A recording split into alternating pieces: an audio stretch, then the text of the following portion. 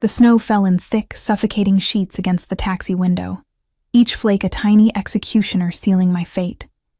I pressed my forehead against the cold glass, watching the Christmas lights blur into watercolor streaks of red and green as we pulled away from the house. No, not my house anymore. Never my house. The Victorian mansion grew smaller in the rear window, its warm, golden glow mocking me. Every lit window a reminder of the family inside who'd just thrown me out like yesterday's trash. My phone buzzed in my trembling hands. Another text from Diana, my mother-in-law. Don't bother coming back. You're not family. You never were. I tasted salt before I realized I was crying. Where to, miss? The driver's voice cut through my fog of misery. Where to? I had nowhere. My apartment was gone, sold when I'd moved into the Harrison estate 6 months ago, pregnant and stupidly hopeful. My parents were dead. My friends had slowly disappeared, absorbed into Marcus's world of country clubs and charity galas where I'd never quite fit. I was a waitress who'd accidentally gotten pregnant by a stockbroker's son, and his family had made sure I knew it every single day. Just drive, I whispered, clutching my single suitcase. They hadn't even let me pack properly. Diana had stood in the doorway of what used to be my bedroom, arms crossed, her pearls catching the light like teeth. You have 20 minutes. 20 minutes to pack up 6 months of my life. 20 minutes after they'd cornered me in the kitchen. Marcus standing silent while his mother did the talking. The pregnancy test had been negative. Again. 3 months of trying, of desperate hoping, of Marcus's disappointed sighs. And then Diana's cold pronouncement. You're clearly infertile. Marcus deserves better. Someone from his own world who can give him children. The fact that I'd miscarried their grandchild at 8 weeks, alone, bleeding in a bathroom while they were at a Christmas party, didn't matter. I was defective. Disposable. Miss? The driver's eyes found mine in the rearview mirror. I need an address. My fingers moved automatically, scrolling through my contacts. Sarah. No, she was Marcus's college friend first. Jennifer. Worked for Harrison Investments. My thumb hovered over Emma's name. My last real friend. But she was spending Christmas in Vermont with her fiancé's family. The cold seeped through my thin coat. I had $43 in my wallet. My credit card was linked to Marcus's account. They'd probably already frozen it. I needed help. I needed someone who didn't know the Harrisons, who wouldn't judge, who might just care. I scrolled to a number I'd saved weeks ago. Danny Martinez, the contractor who'd renovated the Harrisons' pool house over the summer. He'd been kind, always greeting me when others looked through me like glass. We'd talked a few times, small conversations about music, about his daughter, about nothing important. He'd given me his number once, casual, friendly. If you ever need anything, even just to talk. I hadn't called. It would have been inappropriate, but now... My vision blurred with fresh tears as I typed, Danny, I know this is sudden, but I'm in trouble. I got kicked out and have nowhere to go. Please, I need help. Even just for tonight. I'm so sorry to ask. I hit send before I could overthink it. The driver was getting impatient. Lady, I can't just keep the meter running. 5 more minutes, I begged. Please. The phone buzzed. Relief flooded through me, warm and desperate. Address? Thank God. I typed quickly. I'm in a taxi near the Harrison estate in Riverside. I can meet you anywhere. 3 dots appeared, disappeared, appeared again. Send your location. My driver will collect you. Don't move. Driver. That was oddly formal, but maybe Danny was working late, at a job site.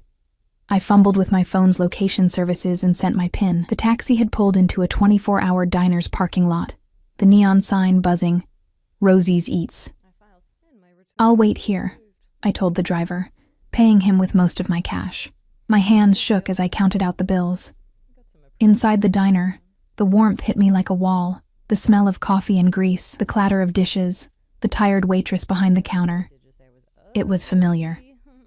Real. I'd worked in a place just like this before Marcus, before the Harrisons had tried to sand away all my rough edges and remake me into something acceptable. I slid into a booth by the window, ordering a coffee I couldn't afford with my last few dollars. The clock above the counter read 9:47 p.m., Christmas Eve. Families were home, tucked safe in their warm houses, opening presents, laughing. I was alone in a diner, waiting for a near stranger to rescue me because I had no one else. The coffee arrived, bitter and scalding. I wrapped my hands around the cup, letting it burn. 20 minutes passed, then 30. Maybe Danny had changed his mind. Maybe he'd realized how pathetic this was. Headlights swept across the diner windows. Not a truck like I'd expected, but a black Mercedes SUV. The kind with tinted windows and chrome that caught the streetlights like knives. It pulled up directly in front, idling, exhaust curling into the snowy air. The door opened. A man stepped out, and my breath caught.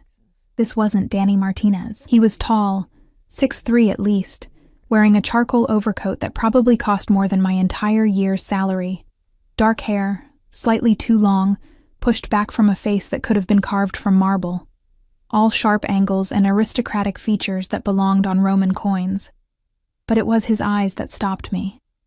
Even from here, through the window, I could see them. Dark, calculating, absolutely predatory. He scanned the diner with the precision of someone who assessed threats the way other people breathed.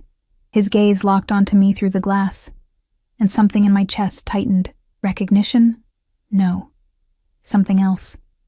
Something that made the hair on my arm stand up.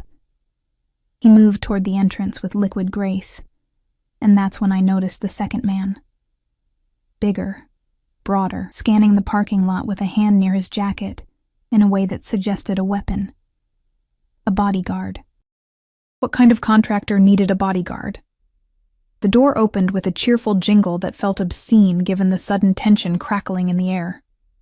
The man in the overcoat entered, bringing with him the scent of expensive cologne, bergamot, and something darker, like smoke and secrets.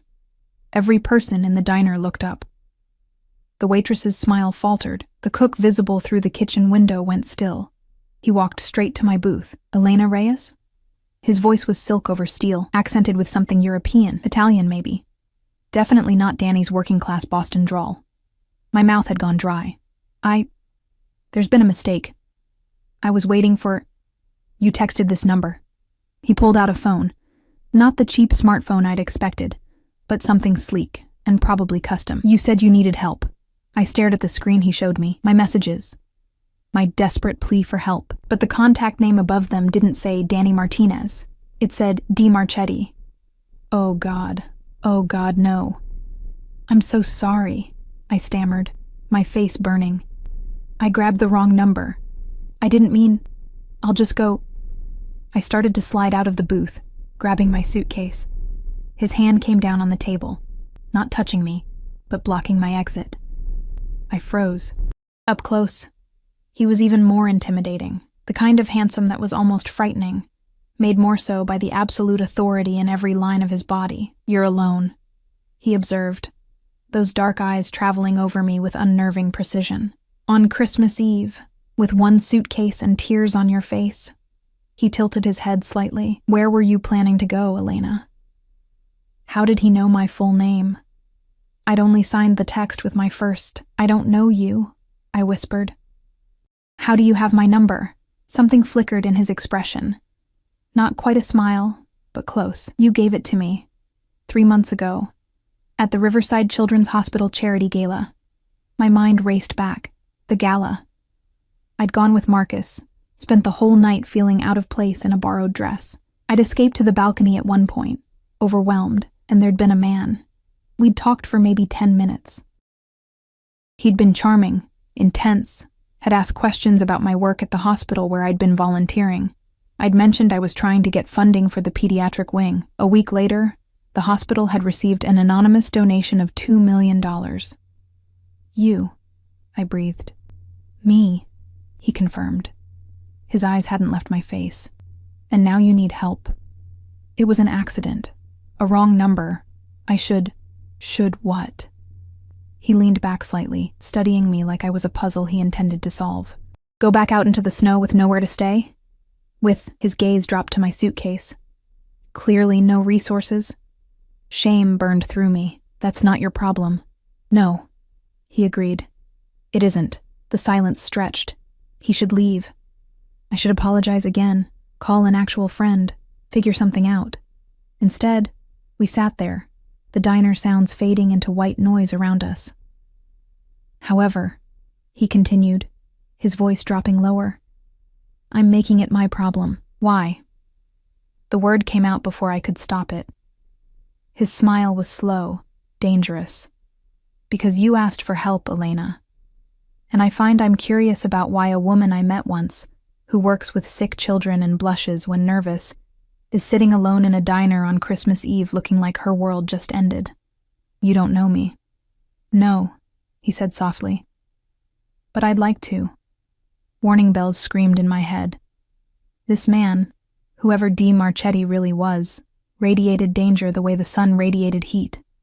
The bodyguard, the expensive car, the way everyone in the diner was carefully not looking at us while obviously listening to every word. But I was so tired, so cold, so desperately alone. I can't pay you back, I said quietly. Whatever help costs. I have nothing. I'm not asking for payment. He stood, buttoning his overcoat with movements that were almost hypnotic in their precision. My driver is outside. You can come with me, or you can stay here. But decide now, Elena. I don't make offers twice. This was insane. Going with a stranger, a clearly dangerous stranger, into the night. Everything I'd ever been taught screamed at me to refuse, but what choice did I have? I looked at my suitcase, at my empty coffee cup, at the reflection of myself in the window. Pale, lost, alone. Okay, I whispered. His expression didn't change, but something shifted in his eyes. Satisfaction? Triumph? I couldn't tell. He offered his hand. I stared at it. Strong, elegant, with a platinum ring on his right index finger engraved with what looked like a family crest. I took it. His skin was warm, his grip firm but careful, like he was very aware of his own strength. He pulled me to my feet with effortless ease, and suddenly I was standing too close, my head barely reaching his shoulder, drowning in that scent of bergamot and smoke. Let's go, he murmured. The bodyguard materialized at the door, taking my suitcase before I could protest. The waitress wouldn't meet my eyes as we passed. Outside, the cold hit me like a slap, but Marchetti's hand was on my lower back, guiding me to the SUV where the driver already had the door open. The interior was warm, leather seats soft as butter. Marchetti slid in beside me, and the door closed with an expensive thunk that sounded like a vault ceiling. As the SUV pulled away from the diner, I caught a glimpse of my reflection in the tinted window. I looked small, fragile, completely out of my depth. Where are we going? I asked, my voice barely audible. Marchetti was typing something on his phone, his fingers moving with practiced speed. Without looking up, he answered, somewhere safe. That's not an answer. It's the only answer you need right now. He finally looked at me, and in the dim interior light, his eyes were almost black. You're exhausted, Elena. When we arrive, you'll eat, rest, and tomorrow we'll discuss your situation. My situation, I repeated numbly. Your homelessness. Your apparent estrangement from whoever owned that mansion. Your next steps. He returned to his phone. But tonight, you're under my protection. Nothing will harm you, under his protection. The phrase should have comforted me. Instead, it felt like a claim, a brand. I'd escaped one gilded cage only to walk directly into another. The city lights blurred past the windows. I had no idea where we were going. Didn't know who this man really was, what he wanted, why he'd really come for a stranger's desperate text. I should have been terrified, but as the warmth of the car seeped into my frozen bones, as exhaustion pulled at me like a riptide, I found I was too numb to care. I'd asked for help. I'd gotten Dominic Marchetti instead. God help me. The SUV glided through streets I didn't recognize, leaving the familiar neighborhoods behind. I watched the city transform through the tinted windows, from suburban comfort to urban density, then into an area where the buildings grew taller, more imposing, their architecture speaking of old money and older power. We crossed a bridge, the river below black and restless, reflecting the city lights like scattered diamonds. Marchetti hadn't spoken since his last pronouncement. He sat with his phone, occasionally typing, his face illuminated by the blue glow. I studied him in stolen glances, the strong line of his jaw, the way his dark hair fell slightly across his forehead, the absolute stillness with which he held himself. Marcus had always been in motion, fidgeting, tapping his feet. This man existed in complete control, every movement deliberate, economical. The bodyguard in the front passenger seat, built like a wall, with a shaved head and a scar bisecting his left eyebrow, murmured something in Italian to the driver. Marchetti responded without looking up, his tone casual but edged with authority that made both men straighten slightly. "Do you speak Italian?" I blurted out, immediately regretting breaking the silence. His eyes lifted from the screen. "Among other languages, you speak Spanish? My father was from Mexico. He taught me before—" I stopped. "Before he died. Before the drunk driver on a rainy Tuesday stole him from us. Yes. Reyes," he mused, as if tasting my last name. "Your mother?" "Irish. Flynn." I twisted my fingers in my lap. "She passed when I was 19. Cancer." "I'm sorry." The words were conventional, but something in his tone suggested he understood loss in a way most people didn't. "No siblings?" "No, just me." The loneliness of that statement hit fresh. "What about you? Do you have family?" A shadow crossed his face. "I have obligations. It's not quite the same thing." Before I could ask what that meant, the SUV turned through tall iron gates that opened as if expecting us. My breath caught.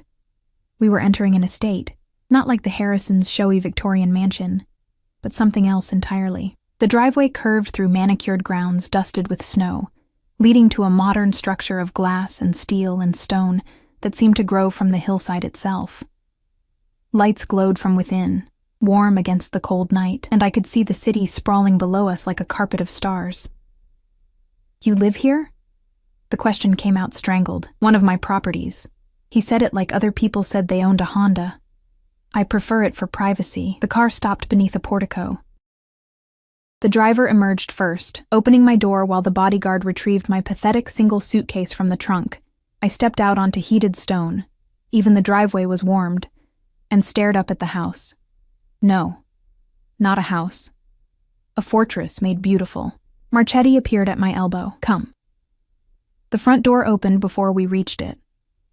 An older woman stood there, silver-haired and elegant in a dark dress, her posture military straight. She spoke rapidly in Italian, her eyes flicking to me with undisguised curiosity. Marchetti responded, then switched to English. "Elena, this is Gabriella. She manages my household. Gabriella, Miss Reyes will be staying with us. Please prepare the blue guest suite."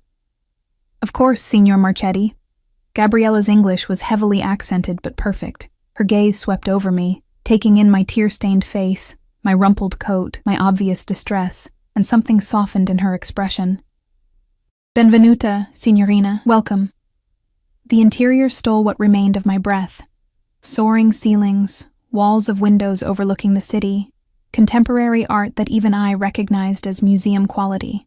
But it wasn't cold, like modern spaces often were. There was warmth here. Leather furniture that looked lived in, thick rugs, a fireplace with actual flames dancing. "I'll have dinner brought to your room," Marchetti said, already moving toward a hallway. "You need rest more than—" "No." The word surprised us both. I cleared my throat. "I mean, if it's not too much trouble, I'd rather not be alone right now." He studied me for a long moment, and I fought the urge to look away from that penetrating stare. Finally, he nodded. "The dining room, then. 20 minutes. Gabriella will show you where to freshen up." He disappeared down the hallway, the bodyguard following like a shadow. I stood there, lost, until Gabriella's gentle hand touched my arm. "Come, Kara.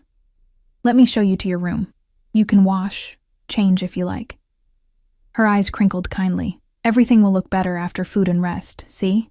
I followed her up a floating staircase made of wood and steel, down a hallway lined with photographs I didn't have time to examine.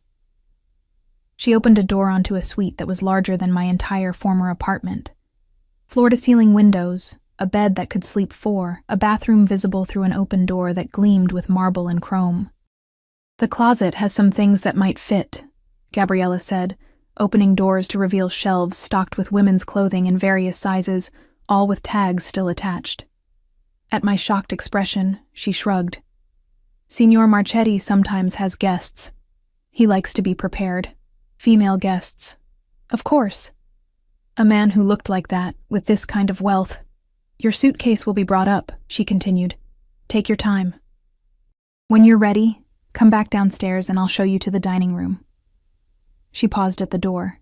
He's a good man, Signorina. Dangerous, see, but good. You're safe here.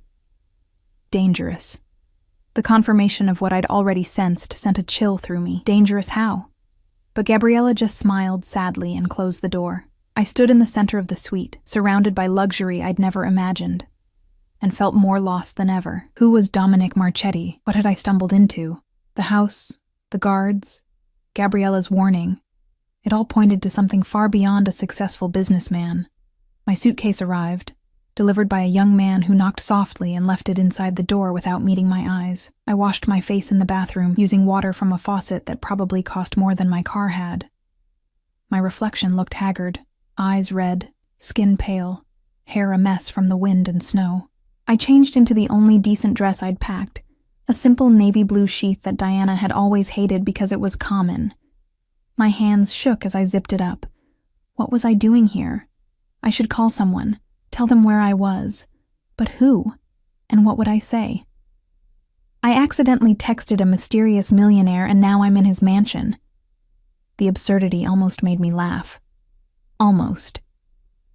I found my way back downstairs, following the sound of voices.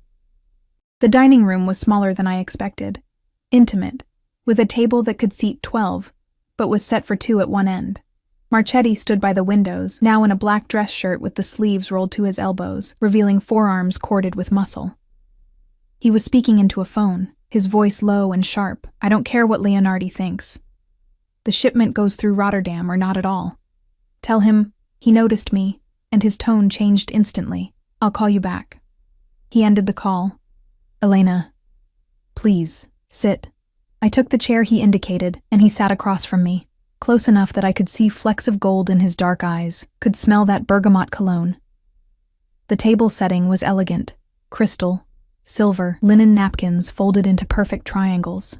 Gabriella appeared with wine, pouring rich red into both our glasses. Then came food. Pasta in a cream sauce with mushrooms, salad, bread still warm from the oven. My stomach growled audibly. Eat, Marchetti commanded gently.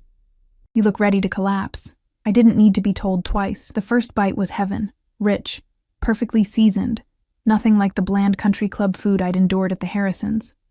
I ate with embarrassing enthusiasm, suddenly ravenous. He ate too, but I felt his eyes on me, watching, assessing. Better? He asked, after I'd made a significant dent in the pasta. Much. Thank you. I took a sip of wine. It was probably expensive, but I couldn't taste the difference. I should explain. About tonight. About the text. You don't owe me explanations. I do, though. You came to help a stranger based on a wrong number. That's... I struggled for words.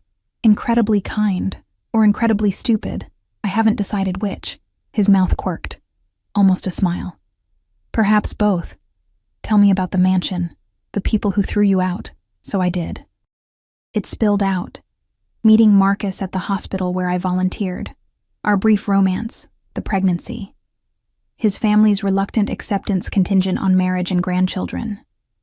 The miscarriage I'd hidden because I'd been too ashamed, too afraid of their rejection. The months of trying to fit into their world, reshaping myself into something acceptable.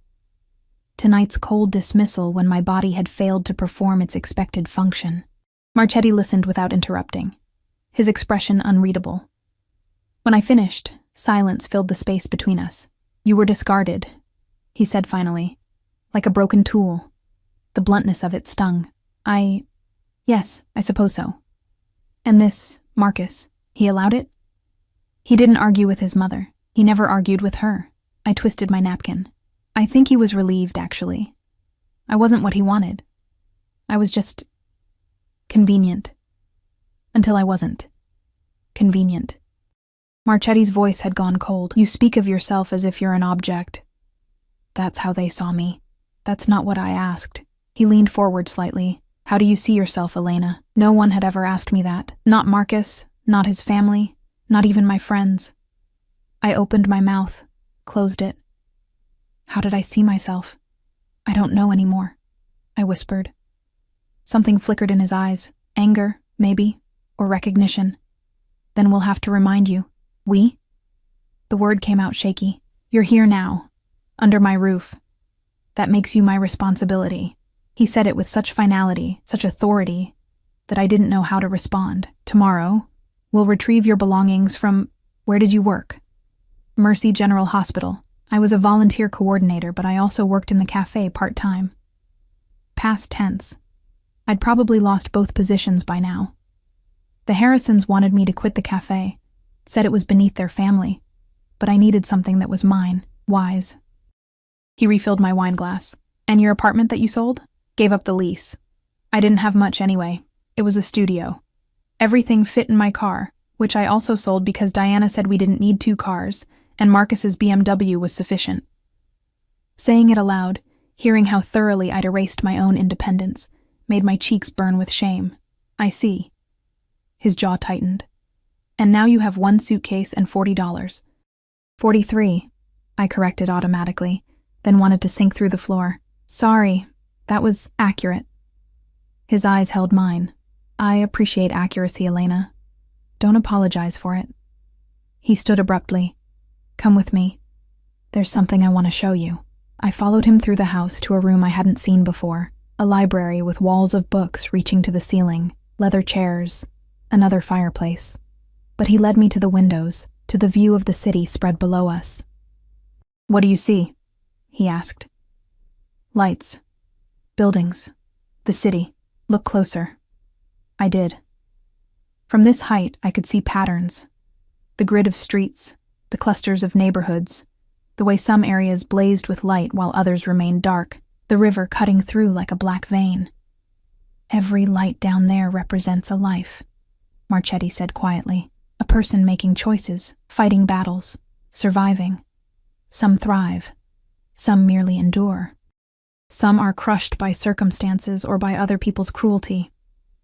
He turned to me. Which one are you, Elena? I don't. Which one do you want to be? The question hung between us, heavy with implication. I thought about the girl I'd been before Marcus. Independent, working 2 jobs to make rent, volunteering because it mattered, not because it looked good on a society page. When had I lost her? I want to thrive, I said, surprised by the strength in my voice.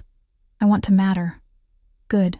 He was standing very close now, close enough that I had to tilt my head back to maintain eye contact. Then starting tomorrow, you rebuild. New job, new life, new Elena, but stronger this time, unbreakable. I can't ask you to. You're not asking.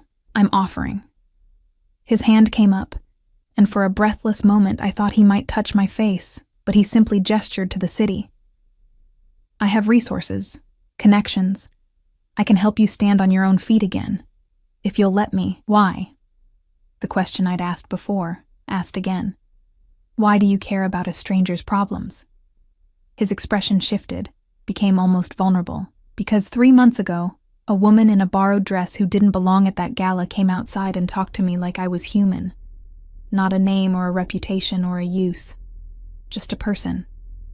He paused. Do you know how rare that is, Elena? I shook my head, mesmerized by the intensity in his eyes. Very rare. His voice dropped to almost a whisper. You saw me and didn't flinch, didn't calculate what you could gain. You just talked. About children who needed help, about your dreams for the hospital wing, about everything except yourself. A ghost of a smile. I found it refreshing. I still don't understand why that means. I collect beautiful things, he interrupted. Art, books, people sometimes. Not to own them, but to protect them. To give them space to become what they should be. His gaze held mine. You're beautiful, Elena. Not just physically, though you are, but in the way you care, the way you persist despite being beaten down. I want to protect that, help it flourish. My heart was pounding so hard I was sure he could hear it. This was insane. Men like Dominic Marchetti, wealthy, powerful, dangerous, didn't rescue random women out of altruism. There had to be a price. There was always a price, but I was so tired of being afraid. So tired of being small. "Okay," I breathed. "Help me, please." Triumph flashed across his face, quickly masked, then it settled. "Tomorrow we begin." He checked his watch. Platinum, probably worth more than a year of my salary. "For tonight, sleep. Gabriella will show you back to your room." As if summoned, Gabriella appeared in the doorway. "Come, Kara. Let me show you how everything works." I followed her, but looked back once. Marchetti stood by the window, silhouetted against the city lights. And for a moment he looked almost lonely. Powerful. Yes. Dangerous, definitely, but lonely. The blue suite felt less foreign when I returned to it. Gabriella showed me the controls for the lights, the heated floors, the built-in sound system. She left fresh towels and a silk nightgown that felt like water against my skin. "If you need anything, press this button." She indicated an intercom panel. "Someone will come. Always." When she left, I stood in the bathroom and stared at myself in the mirror. The same face, but something had shifted. In my eyes, maybe. A spark of something I'd thought the Harrisons had extinguished. I showered, letting the hot water wash away the day's humiliation, and slipped into the silk nightgown. The bed was impossibly soft, the sheets crisp and cool. I should have felt uncomfortable sleeping in a stranger's house, in his expensive bed, wearing his provided clothes. Instead, for the first time in months, I felt safe. I was drifting toward sleep when my phone buzzed. "Marcus. Mother told me what happened. I'm sorry. I'll send you some money. Where should I wire it?" "Too little. Too late." I deleted the message without responding. Another buzz. Unknown number. "Sleep well, Elena. Tomorrow, everything changes." Marchetti. He had my number. Of course he did. I'd texted him first. But seeing those words on my screen, knowing he was somewhere in this house, thinking of me, I should have felt threatened, trapped. Instead, I felt anticipated, valued, claimed. I pulled the covers up to my chin and closed my eyes, and for the first time in a year, I smiled as I fell asleep. Outside my window, the city glittered like a promise, and somewhere in the house, I knew Dominic Marchetti was watching over his unexpected acquisition with the focus of a man who never let valuable things slip away. Morning came with pale winter light, filtering through sheer curtains I didn't remember closing. For a moment, I forgot where I was. The bed too soft, the room too quiet, the sheets too expensive against my skin. Then memory crashed back. The Harrisons. The text. Marchetti. I sat up, disoriented. A clock on the nightstand read 9:47 a.m. I never slept this late. The Harrisons had expected me at breakfast by 7, perfectly dressed and smiling, ready to serve Diana's carefully planned meals, while she critiqued everything from my posture to my choice of earrings. A soft knock interrupted my spiraling thoughts. "Signorina, are you awake?" Gabriella's voice gentle through the door. "Yes, come in." She entered carrying a tray, coffee, fresh fruit, pastries that smelled like heaven. "Buongiorno. Signor Marchetti thought you might prefer breakfast in your room this morning. He had to attend to business but left instructions for you." Instructions. The word should have rankled, but I was too distracted by the coffee. Real espresso, rich and dark. I took a sip and nearly moaned. Gabriella smiled. "Good, see? The signor is particular about his coffee." She set the tray across my lap. "When you're ready, come downstairs. Antonio will drive you to collect your things from the hospital. Signor Marchetti has made arrangements." "What kind of arrangements?" "You'll see." Her eyes crinkled mysteriously. "Wear something comfortable. And Cara? Don't be nervous. The signor, he is intense, see? But he keeps his word. If he says he will help you, he will help you." After she left, I ate slowly, trying to process. Marchetti was already making moves, taking control. Part of me bristled at it. I'd just escaped one controlling situation. But another part, the exhausted part that had been making all the decisions alone for so long, felt relief at someone else taking charge. I dressed in jeans and a sweater from my suitcase, tied my hair back, applied minimal makeup to hide the shadows under my eyes. When I came downstairs, Antonio, the driver from last night, waited by the door. Up close, he was even more imposing. 6'4", shoulders like a linebacker, hands that looked like they could crush stone. Miss Reyes. His accent was thick, Italian rolling off his tongue. The car's ready. The SUV was already warm, classical music playing softly from hidden speakers. We drove in silence through the city, and I watched the neighborhoods change again, from Marchetti's exclusive hillside to the working-class area where Mercy General Hospital stood, its brick facade familiar and comforting. But when we pulled up, there was nothing familiar about the scene. A moving truck sat in the staff parking lot. 2 men in uniforms waited by the employee entrance, and standing near the door, arms crossed, face thunderous, was my former supervisor, Linda. Antonio opened my door. "The senor arranged for your belongings to be packed. You need only supervise and ensure everything is collected." "He what?" I stared at the truck. "How did he even—" "Senor Marchetti is very thorough." Antonio's expression remained neutral. "He made calls this morning. Everything is approved." I walked toward Linda on shaky legs. She looked me up and down, her mouth tight. "Elena, I got a call at 7 a.m. from the hospital administrator. Apparently, a Dominic Marchetti made a very generous donation to the pediatric wing, the one you'd been proposing for months, contingent on us providing you full access to collect your belongings and a glowing letter of recommendation." Her voice dripped with barely concealed fury. "Care to explain how you managed that?" My mind reeled. He'd donated to the hospital. For me. To smooth my exit. "Mr. Marchetti is helping me transition to a new position," I managed. "Must be some position." Linda's eyes narrowed. "The donation was $500,000, Elena. What exactly did you do to earn that kind of favor?" The insinuation burned. "Nothing that's any of your business." "Watch your tone." "I don't work here anymore, Linda. You have no authority over me." The words came out stronger than I felt. "I'm here to collect my things, either help or get out of my way."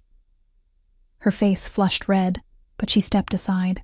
The movers followed me to my old office, a closet-sized space near the volunteer coordinator's desk.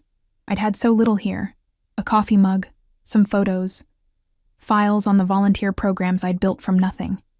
The movers packed it efficiently while Linda watched, seething.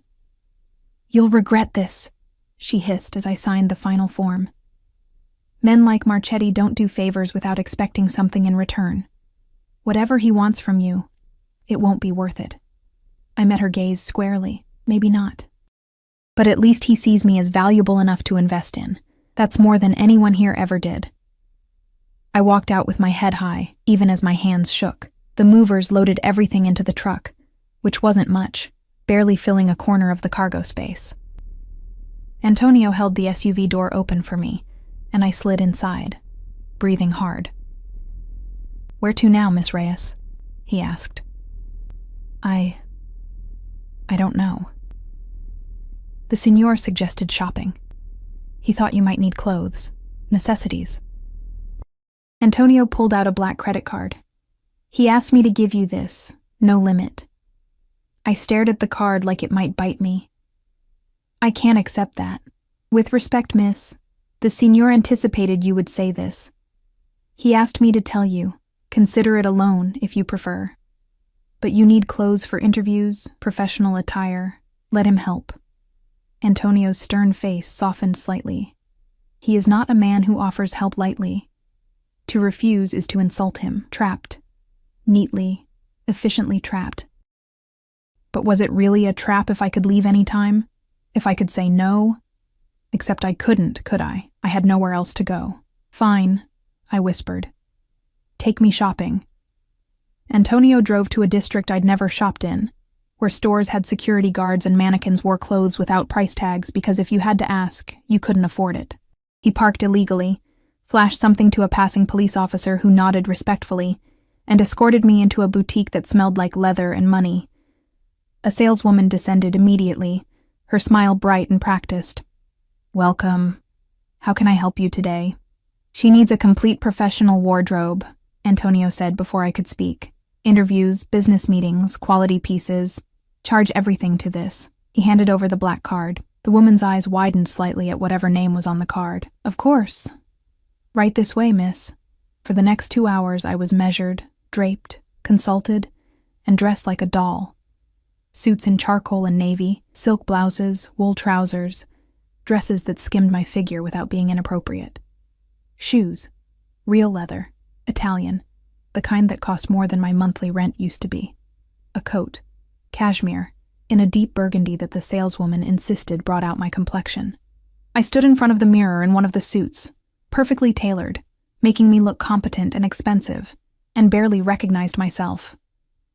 Beautiful, the saleswoman breathed. Your husband has excellent taste. He's not I stopped. What was Marchetti to me? Benefactor? Savior? Something else entirely? Thank you. The bill came to over $8,000. I felt sick watching the saleswoman ring it up, but Antonio remained impassive, signing the receipt with a flourish. Bags and boxes filled the SUV. We hit 2 more stores, one for cosmetics and toiletries, another for what the assistant called essentials, but what I recognized as designer lingerie that made my face burn. Antonio waited outside that store, at least. By the time we returned to Marchetti's estate, it was past 3. The house seemed different in daylight, less imposing, more beautiful. Floor-to-ceiling windows revealed views of the winter landscape, the city beyond, the river cutting through it all like a silver ribbon.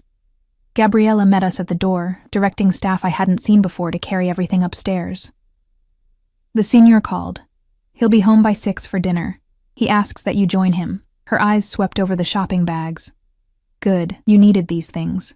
In my room, I unpacked slowly, hanging the new clothes beside my pathetic old wardrobe. The contrast was stark, my worn jeans and cheap dresses looking even shabbier next to Italian wool and French silk. I was staring at it all when my phone rang. Unknown number. Hello? Elena? Marchetti's voice, smooth and dark. Antonio tells me the shopping was successful. You didn't have to do all that. The donation, the clothes. I did what was necessary. A pause. Sounds of traffic in the background. You'll need professional attire for the interviews I've scheduled. My heart stopped. Interviews? 3 potential positions. Tomorrow at 10, 1, and 3. All nonprofit organizations that could use someone with your experience and compassion. I've sent the details to your email. He said it so casually, as if rearranging someone's entire life was routine. Unless you'd prefer something different. No. Nonprofit is perfect. But Marchetti. Dominic. What? Call me Dominic. We're past formalities, don't you think? His tone shifted, became more intimate. After all, you're living in my home, wearing clothes I provided. It seems appropriate. The possessiveness in his voice should have alarmed me. Instead, heat pooled low in my stomach. Dominic, then. I need to understand what you expect from me in return for all this. Silence on the line. Then, carefully, what do you think I expect, Elena? I don't know. That's the problem.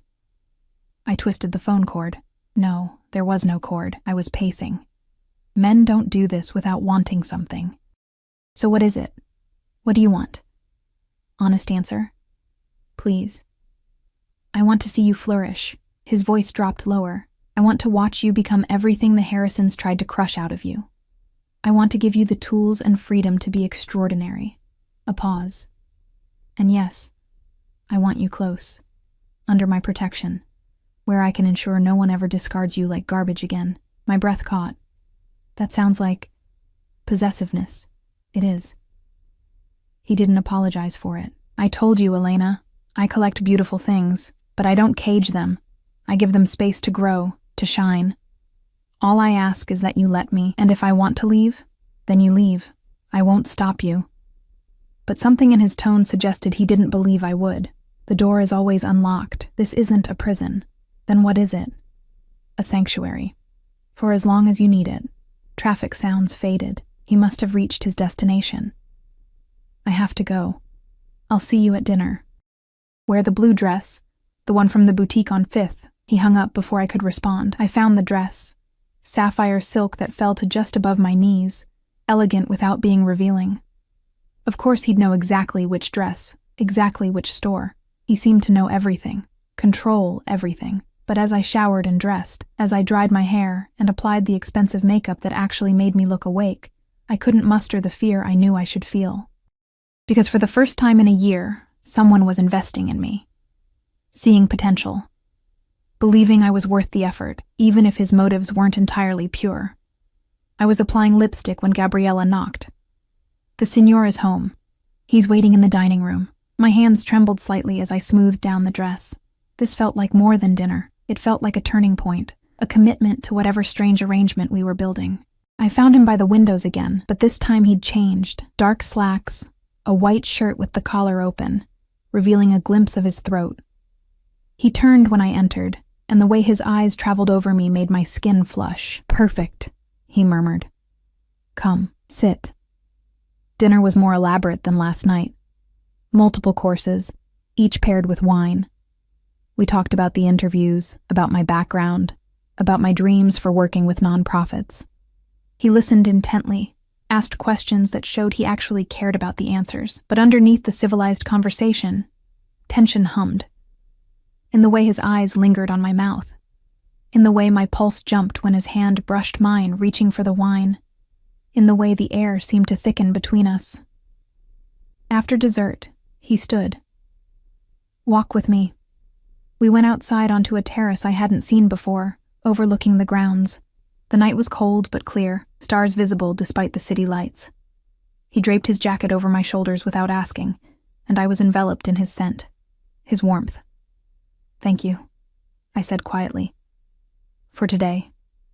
For everything. Don't thank me yet." He stood close, not touching but present. "Elena, I need you to understand something." "What?" He turned to face me fully. "I'm not a good man. The things I do, the world I operate in, it's not clean. It's not safe. People fear me for reasons that have nothing to do with money or social status." My throat went dry. "Are you trying to scare me away?" "I'm trying to be honest." His jaw tightened. "You walked into my life by accident, but I'm choosing to keep you here. I want you to know what that means before you go to these interviews tomorrow, before you build a new life with my help. Because once you're tied to me, even tangentially, you're in my world. Under my protection, yes, but also in my shadow." "I don't understand what you're saying." He stepped closer. "I'm saying that Dominic Marchetti isn't just a businessman. I'm saying that the people who work for me, who fear me, who obey me, they do so because I've built an empire on things that would horrify you. And I'm saying that despite all of that, I want you anyway. Here. Close. Mine." The word mine hung in the air between us. "What kind of empire?" I whispered. His smile was sharp, dangerous. "The kind that operates in shadows. The kind your Harrisons would clutch their pearls over." He touched my face then, finally, his thumb tracing my cheekbone. "But the kind that protects what's mine with absolute ruthlessness. I should run." Every instinct screamed it, but I stood frozen, caught in his dark eyes. "I'm giving you a choice, Elena. Tomorrow, you go to these interviews. You get a job. Build your independence. You can use my resources and then leave. Cut ties. Build a life far from me." His hand slid to cut my jaw. "Or you can stay.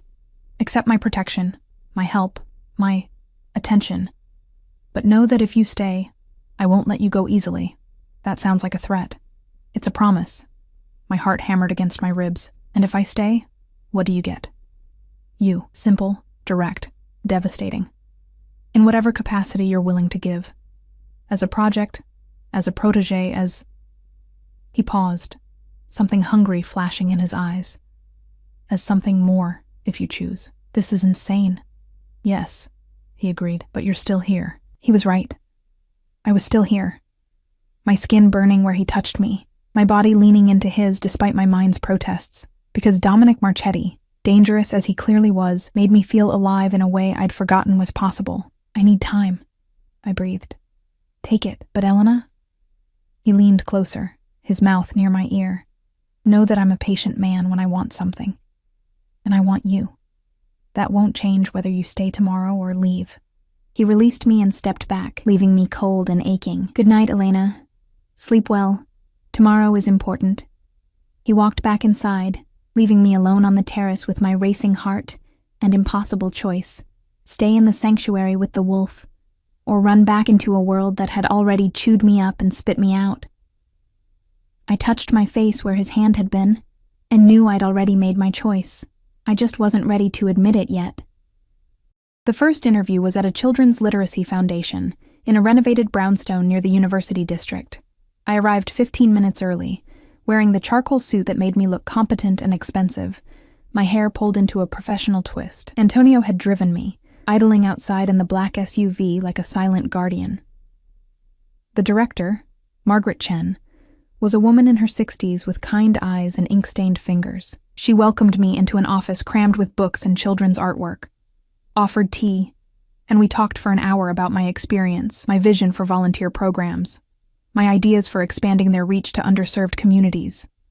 "Your references are impeccable," she said, reviewing the letter from Mercy General that Linda had been forced to provide. "And Mr. Marchetti spoke very highly of you when he called." My stomach tightened. "He called you?" "Yesterday.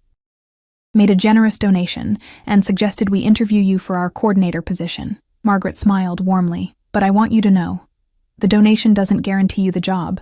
I hire based on merit. Your ideas about integrating literacy programs with after-school care are exactly what we need. When can you start?" I blinked. "You're offering me the position, if you want it. 25 an hour, full benefits, room for advancement. You'd be managing our volunteer network and developing new programs." She extended her hand. "What do you say?"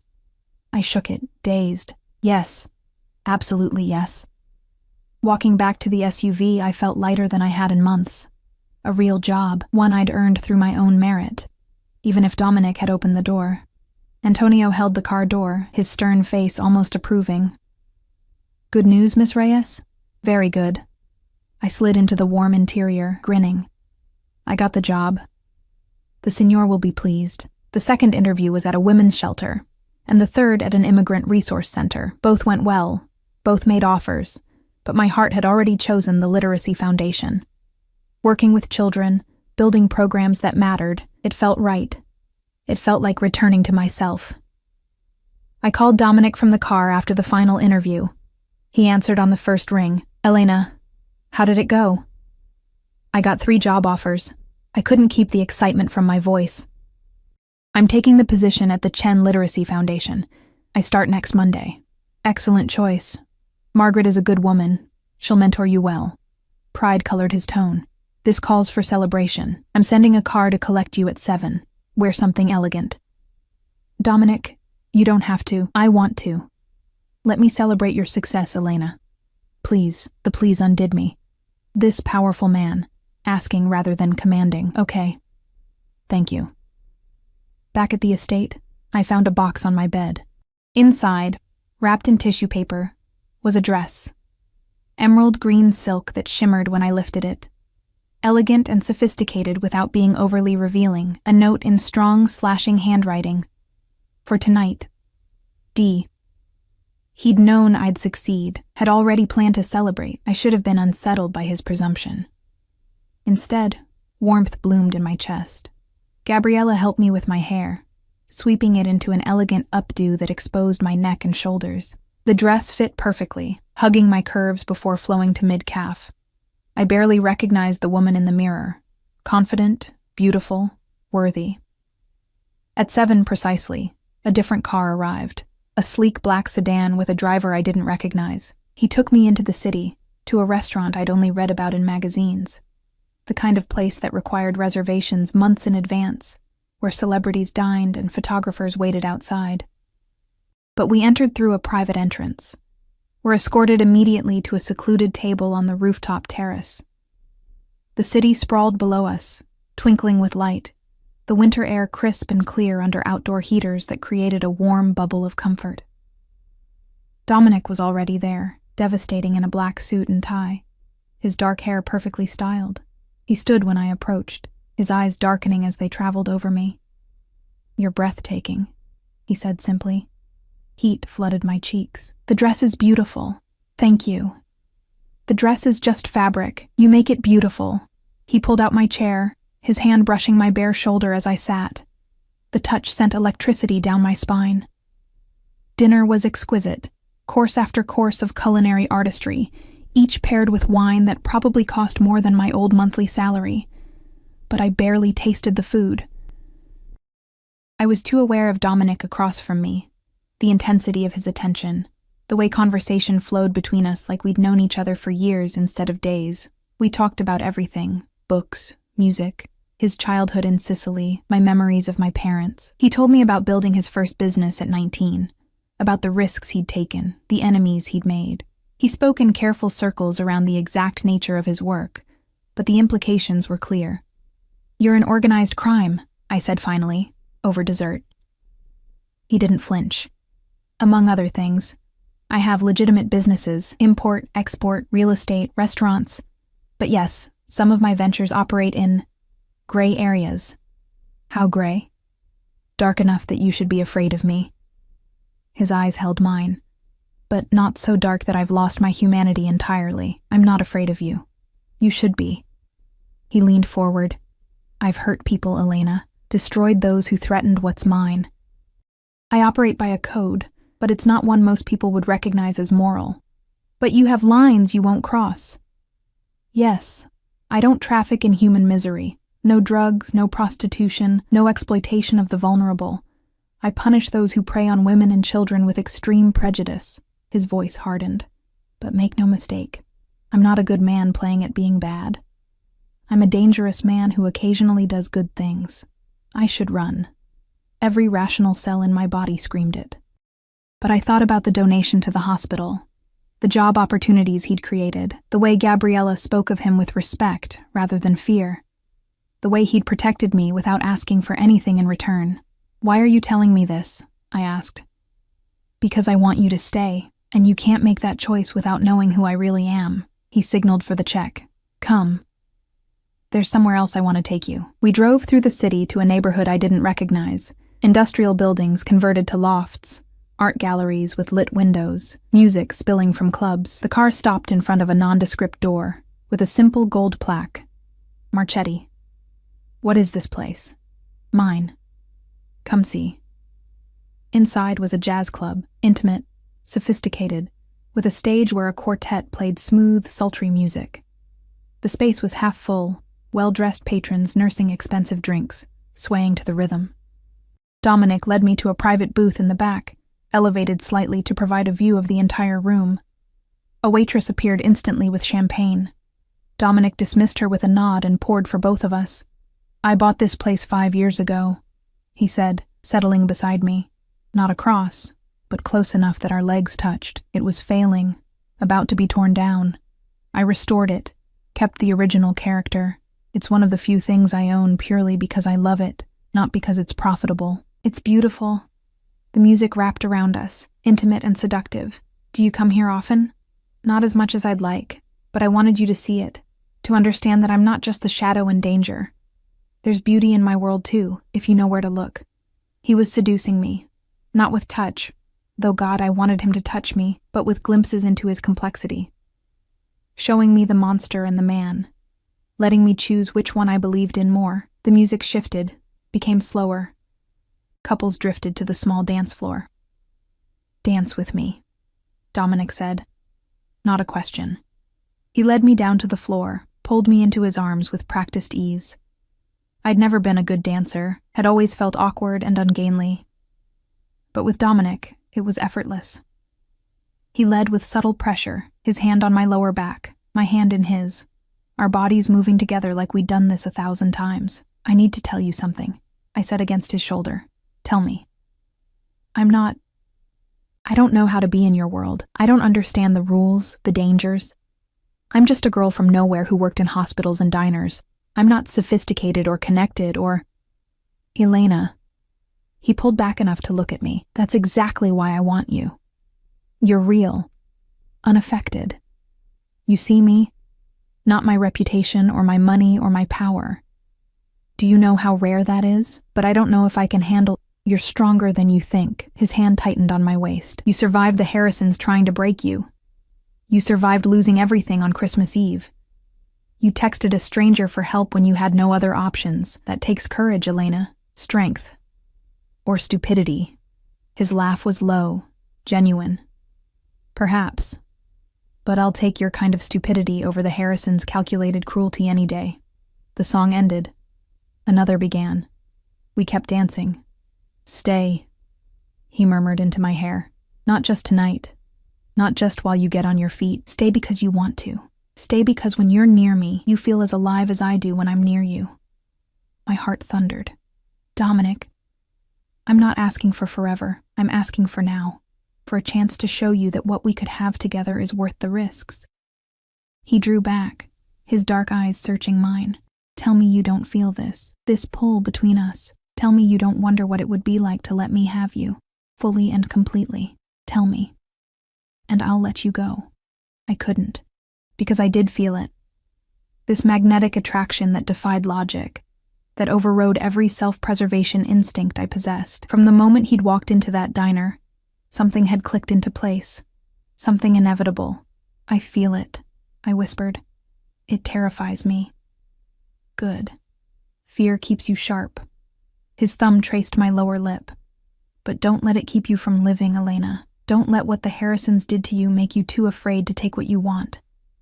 And if what I want is dangerous, then we'll be dangerous together. He kissed me then, soft and controlled, but with an underlying hunger that made my knees weak. His hand cupped my face, his other arm pulling me flush against him, and I melted into it. Into him. Into the promise of something fierce and consuming and entirely reckless. When he pulled back, we were both breathing hard. Come home with me, he said. Not for sex, not yet, not until you're sure, but come home. Sleep in my house. Wake up tomorrow and start your new life from there. Let me be your foundation while you rebuild. What do you get out of this? I asked, needing to understand. You. In my space, in my world, close enough to protect. His expression was almost vulnerable. I'm a possessive man, Elena. When something is mine, I guard it jealously. And whether you've accepted it yet or not, you're mine. Have been since you texted me for help. The possessiveness should have scared me. Instead, it made me feel precious, valued, wanted in a way I'd never experienced. Okay, I breathed. Take me home. The drive back was thick with tension. Dominic's hand found mine in the darkness of the car, his thumb stroking circles on my palm. Neither of us spoke. Words seemed inadequate for what was building between us. At the estate, he walked me to my door, stopped outside it, his hand on the frame, caging me in without touching me. Good night, Elena, he said softly. Tomorrow you start your new job, your new life, but know that every night you'll come back here, to me, until you don't want to anymore. And if I never stop wanting to? His smile was slow, predatory. Then I'll have exactly what I want. He kissed my forehead, chaste, controlled, and walked away before I could pull him inside. I entered my room, locked the door, and leaned against it, my heart racing. Through the window, I could see the city lights, the same view I'd had for 2 nights now, but everything felt different. I was different. The girl the Harrisons had thrown away was gone. In her place was someone stronger, someone who'd caught the attention of a dangerous man and decided to stay anyway. Someone who was choosing her own path, even if that path led into shadows. My phone buzzed. Dominic. Sleep well, Elena.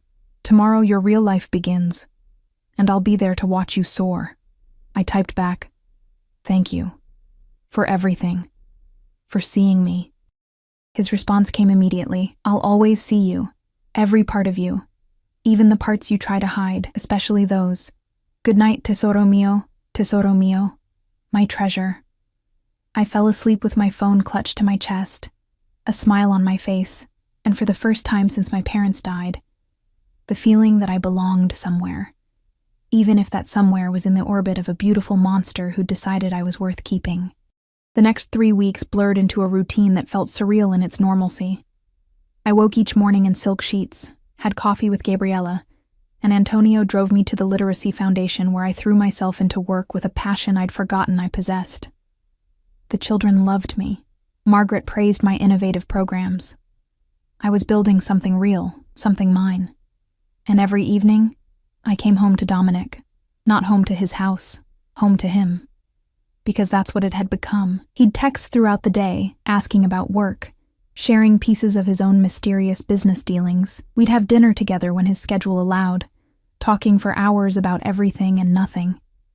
He never pushed for more than I was ready to give, but the tension between us grew thicker each day, until everything shattered on a cold Tuesday in mid-January.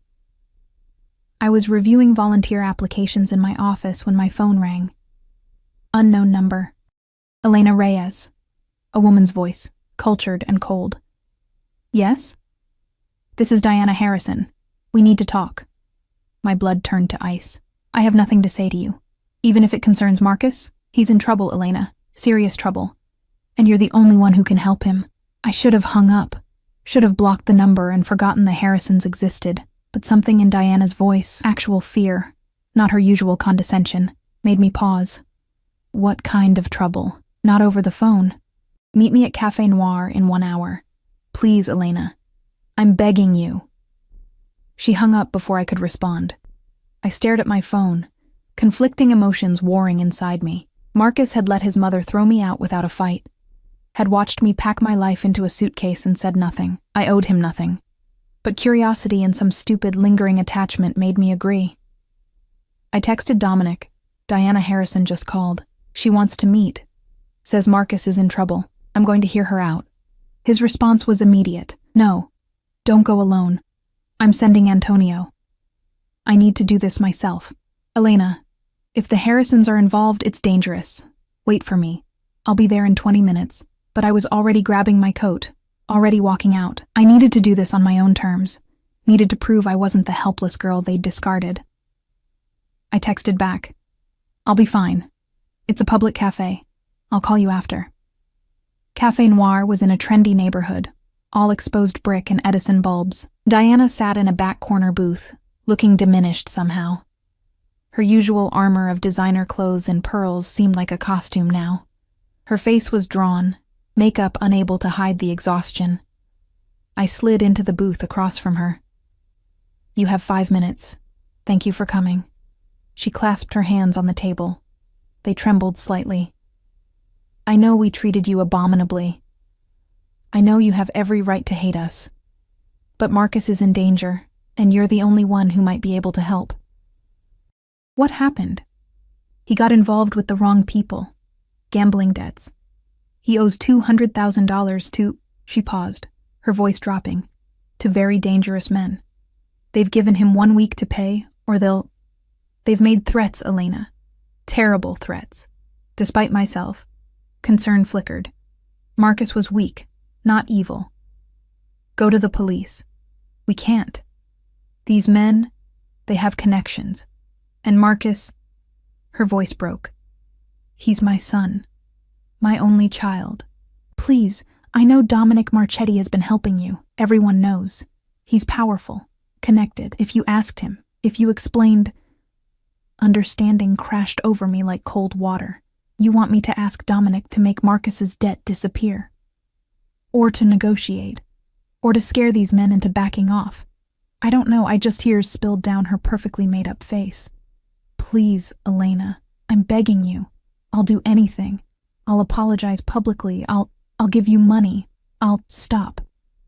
I held up my hand. You threw me out like trash, Diana. You treated me like I was worthless, like I was contaminating your precious family.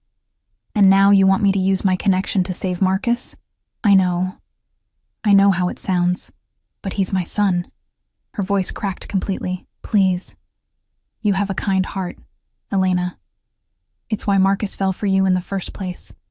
Don't let my cruelty turn you into someone who lets an innocent man suffer, innocent. Marcus, who'd stood silent while his mother eviscerated me, who'd never defended me, never fought for me, but who'd also never been deliberately cruel, just weak. I'll think about it, I heard myself say, but I'm not promising anything. Diana's relief was palpable. Thank you. Thank you so much. Can I give you the details? The names of... No, if I decide to help, I'll contact you. I stood. And Diana? This doesn't mean I forgive you, or that we're suddenly family. This is me being a decent human being, which is more than you were to me. I walked out into the cold afternoon, my phone already ringing. Dominic. Where are you? His voice was tight with controlled anger. Leaving the cafe. I'm fine, Dominic. It was just Diana being... Don't move, I'm 2 minutes away. The black SUV pulled up before I could argue. The door opened and Dominic emerged, his face thunderous. He crossed to me in 3 strides, his hands gripping my arms. You don't go off alone when the Harrisons are involved, he said through clenched teeth. You don't make yourself vulnerable without protection. Do you understand? I'm not a child. No, you're mine, and people who are mine don't take unnecessary risks. His eyes blazed. Get in the car. Now. The command in his voice sent shivers down my spine. Part fear, part something else. I got in. He slid in beside me, immediately pulling me against him, his arms tight around me like he needed to confirm I was whole. Tell me everything, he demanded. So I did. Diana's plea, Marcus's gambling debts, the dangerous men demanding payment. Dominic listened without interrupting, his jaw tightening with each detail. And you told her what? He asked when I finished. That I'd think about it. I pulled back to look at him. I know I should just refuse. They don't deserve my help. But Dominic... Marcus wasn't cruel like his mother. He was just...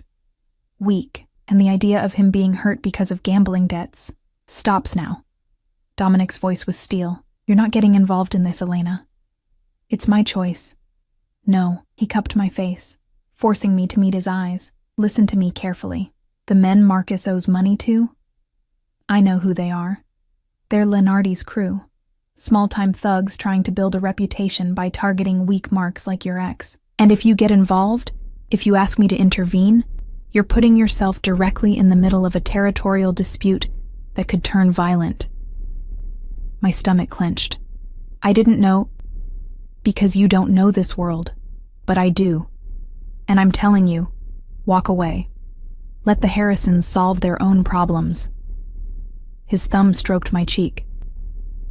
You owe them nothing, tesoro mio. They threw you away. Why would you risk yourself for them? Because maybe I'm not like them, I whispered. Maybe I don't want to become someone who lets people suffer when I could help. Something shifted in his expression. Pride, maybe. Or resignation. You're going to ask me to help them anyway, aren't you? I don't know. Maybe. I searched his face. Would you? If I asked? He was silent for a long moment, studying me with those dark, penetrating eyes. Finally, if you ask me to protect Marcus Harrison, I will. Not because he deserves it, but because you asked. Because your compassion, even toward those who hurt you, is part of what makes you extraordinary. His voice hardened. But understand the cost, Elena. If I intervene, there will be consequences.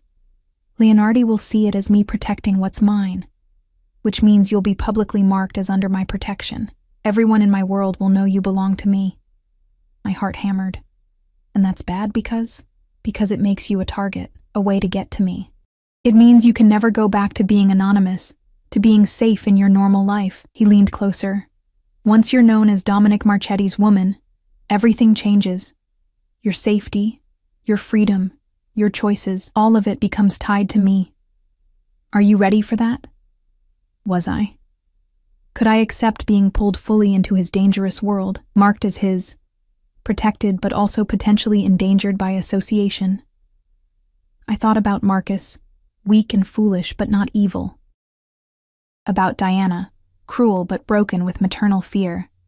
About the girl I'd been before the Harrisons, kind, compassionate, someone who helped because it was right. Yes, I said firmly. Help him. Please. Not because they deserve it, but because it's the right thing to do. Dominic's smile was slow, dangerous, and somehow proud. Then it's done. He pulled out his phone, dialed. Spoke rapid Italian to whoever answered, his tone commanding. The conversation lasted less than 2 minutes. Leonardi will forgive the debt by tomorrow morning, he said, pocketing the phone. Marcus will receive a visit explaining that the matter is settled due to my interest in his former fiancée. The Harrisons will know they owe their son's safety to the woman they discarded. Just like that? Just like that.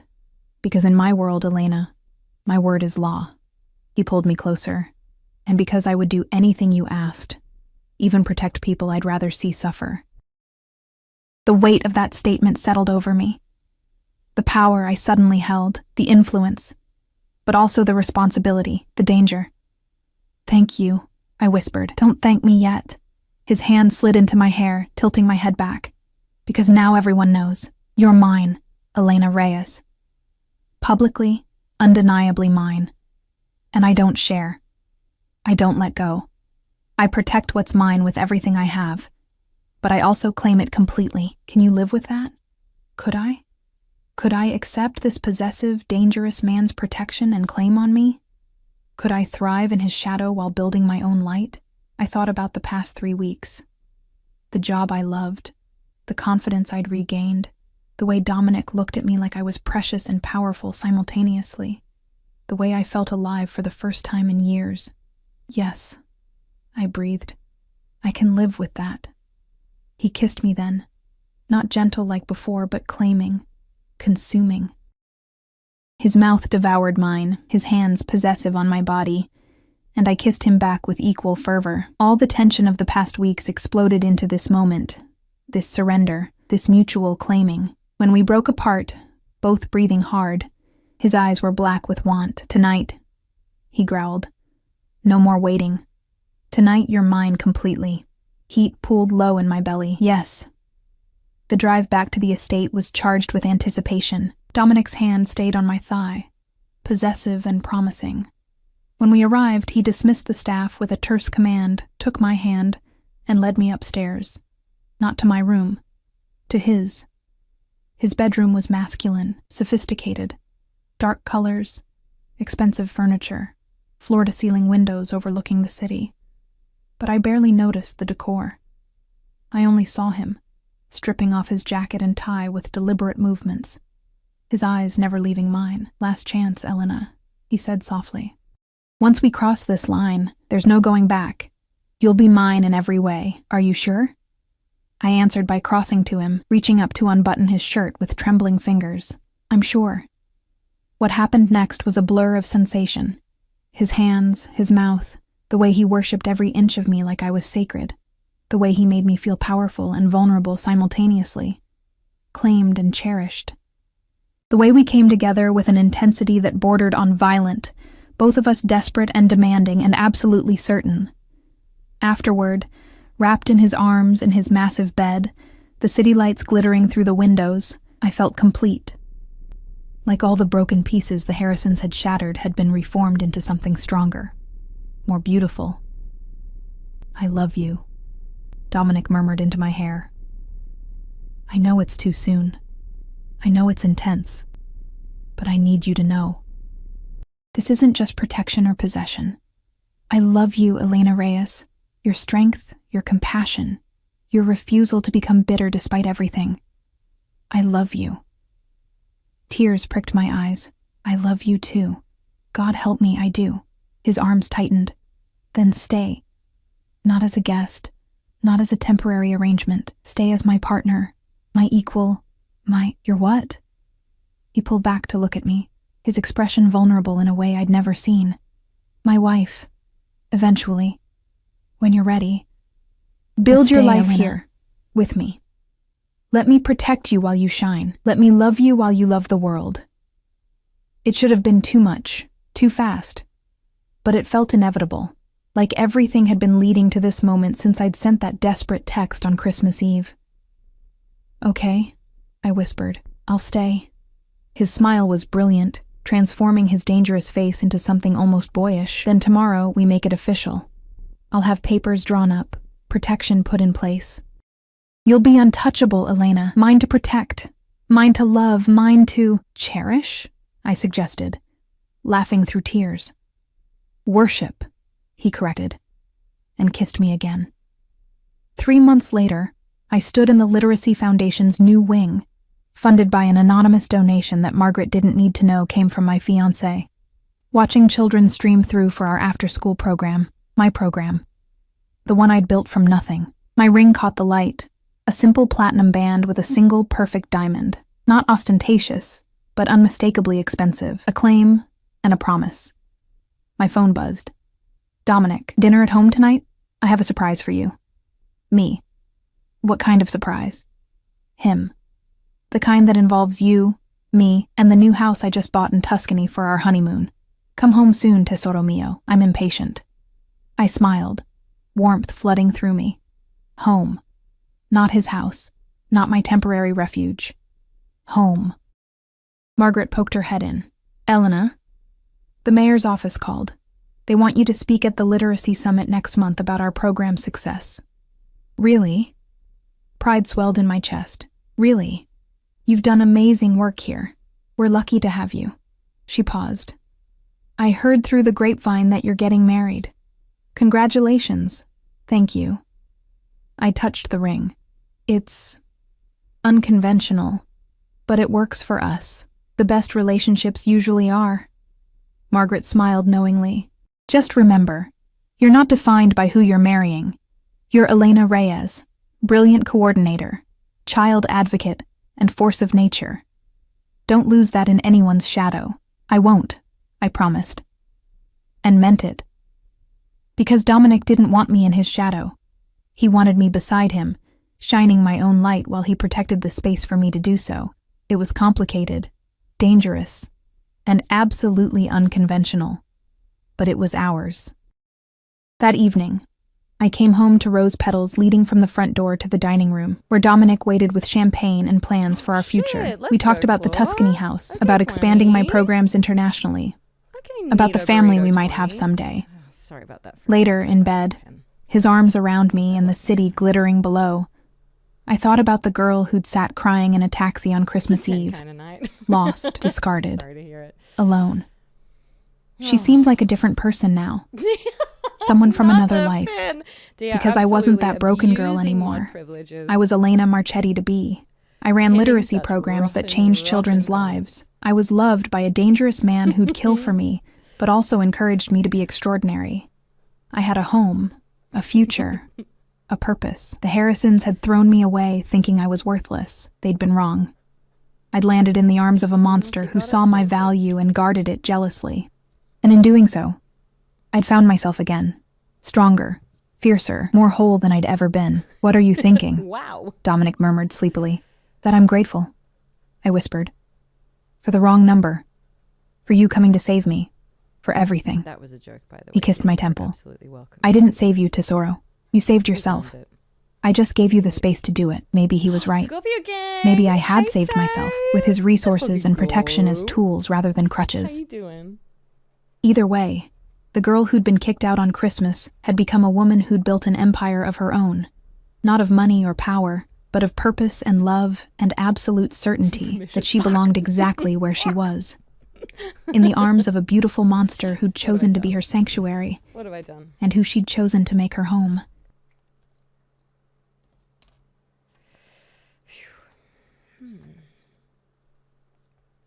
Well, it's simple. They import my tax forms, etc. from the government tax agency. Autofill, I review, and then submit online. What the hell, Mafia?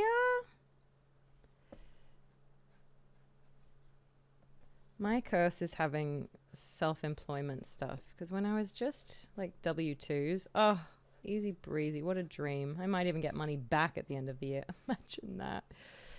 Not anymore. Repugnant numbers. They ask of me. Haven't got money back in years. Nuh-uh. Long time gone.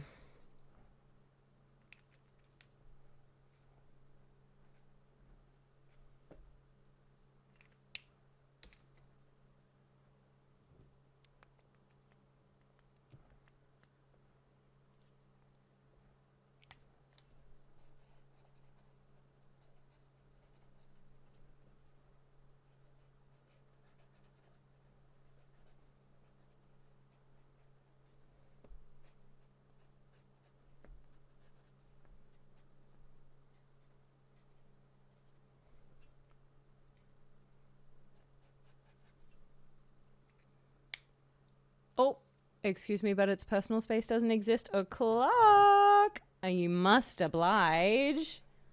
If the cats tell you that, then that's what it is. God, Aoife's been so personal space invader since getting back. She's just, oh, she's so annoying about it. And I do love her. I do love her. Holy shit.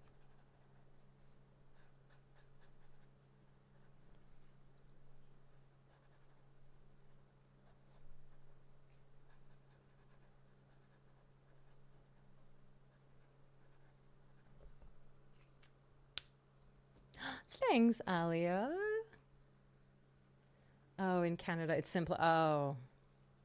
Oh, that's cool. That sounds really helpful. Hi, Deli. I think cats are really pattern seeking. So when things are a little unpredictable, they understand your smell and your presence, so they seek you out and get up in your grill. Yeah. Yeah. Yeah. That sounds right.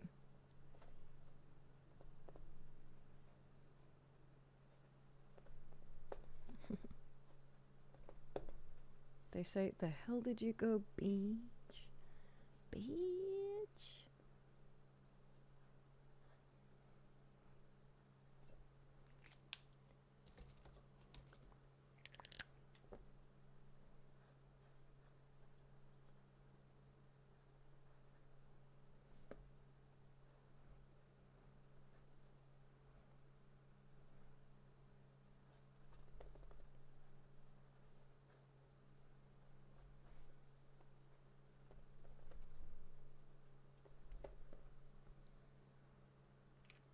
I have not tips. What's the price? Oh, probably similar, like the